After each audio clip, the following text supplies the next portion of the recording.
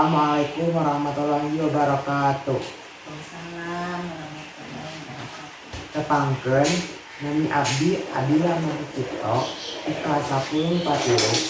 Ayeuna abdi bade ngawawancara punjang ngeunaan kopi sarapan beas.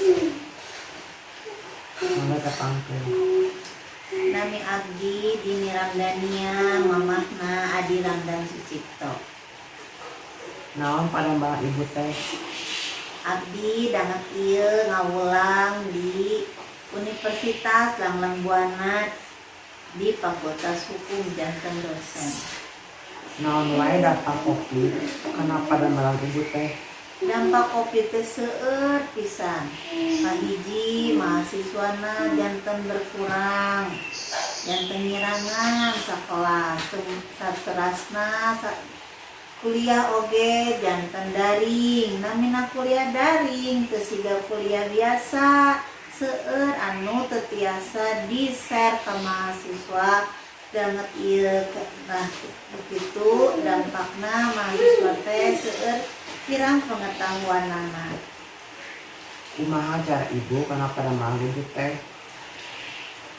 Abdi ngusahakeun supaya sadayana materi tiasa di-share ka mahasiswa, terutama materi-materi anu pokok-pokokna tentang perkuliahan.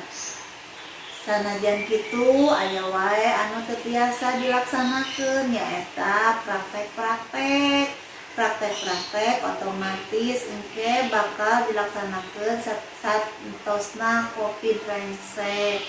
Tapi karena kopi ternyata panjang, janten ayeuna oge kampus ngusahakeun supaya praktek-praktek mahasiswa tiasa dilaksanakeun dalam dina jumlah terbatas jumlah mahasiswa.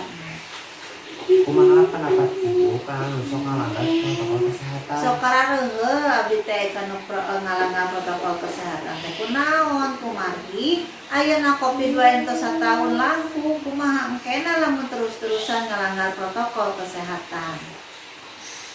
Naon harapan kapayuna sabara Covid leungit?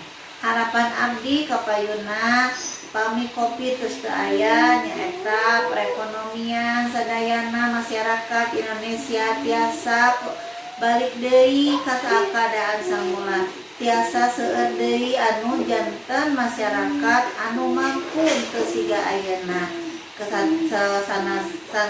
Satu acan eta oge abdi berharap sadayana barudak sakola tiasa dingenyang pendidikan sateacana anu sae. Sakitu wae wawancara dipun biang. Wassalamualaikum warahmatullahi wabarakatuh. Waalaikumsalam warahmatullahi wabarakatuh.